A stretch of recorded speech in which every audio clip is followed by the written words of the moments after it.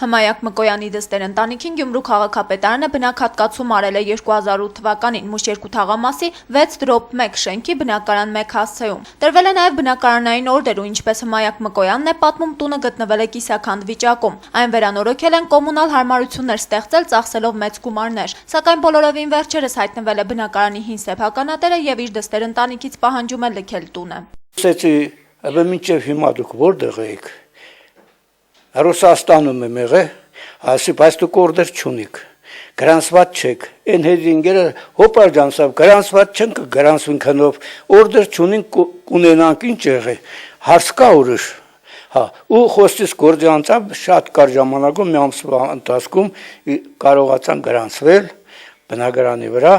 եւ օրդերավորվել ու գործը մտցրեցին դատարան։ Հիմա էլ Սամվել Հալաջյանը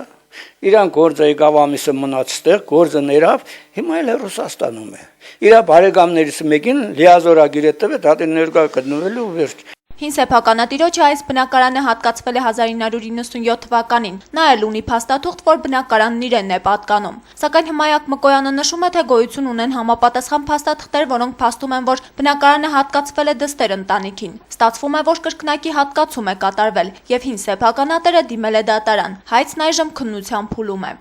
Մեկին բնակարանը պետք է ապրելու համար, մյուսին բնակարանը պետք է վաճառելու համար։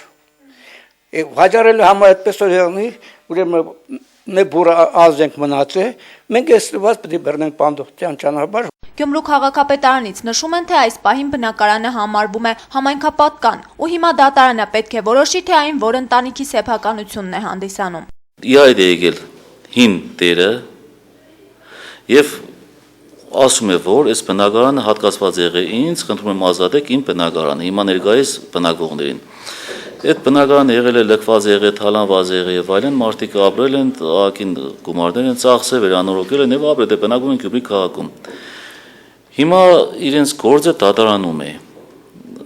Դատարանն է որոշելու, վճռելու, թե ինչպես է վարվելու այս երկու ընտանիքների հետ։ Նմանատիպ գործերով դատական նախադեպեր եղել են, նշում է բնակապահովման բաժնի պետը։ Նման դեպքերում դատարանը վճիռ կայացնում է հոգուտ նախկին սեփականատիրոջ, իսկ դա նշանակում է, որ Հմայակ Մկոյանի դստեր 8 հոգանոց ընտանիքն ուղղակի դրսում կհայտնվի, քանի որ քաղաքապետարանն այժմ որևէ կերպ խնդրին լուծում չի կարող տալ։ Ներկայապահին չունենք մենք ոչ մի ազատ բնակելի տարածք, որը պիտանի լինի բնակության համար։ Հիմա էլ կատարում ենք կուկագրման աշխատանքներ, կուկագրման աշխատանքները միջև կատարվեն, չպրիզնեն, չվերջացնենք, չենք կարող ասել, թե ինչ է կատարվելու։ Սա է Սերժ Սարգսյանի ասած բառերը, մենք կառուցելու ենք ապահով Հայաստան։ Եվ ապահով Հայաստանը դա է, որ մարդը իրան բնակարանից կարող է կան վդարեն։ Դա է լավ Հայաստանը,